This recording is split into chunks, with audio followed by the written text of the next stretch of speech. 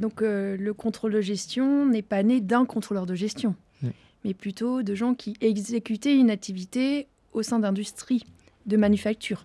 Dans des grandes entreprises. Dans des grandes entreprises. Donc voilà, premier sujet d'Henri Bouquin, c'est bien de dire le contrôle de gestion devient intéressant, en tout cas il n'y a contrôle de gestion que s'il y a une certaine complexité organisationnelle. Donc c'est la taille, mais pas seulement. C'est aussi les délocalisations, les succursales, les réseaux, voilà. Donc il y a cette idée de complexité organisationnelle à différents niveaux hiérarchiques ou géographiques qui est là. Anthony, 1965, donc il énonce que le contrôle de gestion est bien là pour pouvoir utiliser les ressources de façon efficace et efficiente dans le but de réaliser les objectifs énoncés par la vision, le discours, la stratégie de la direction. Voilà.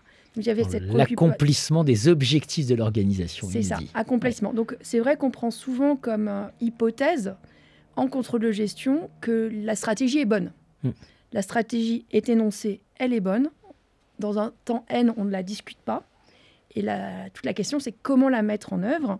Parce que finalement, la stratégie, aussi bonne soit-elle, devient bénéfique que si elle est effectivement mise en œuvre sur le terrain.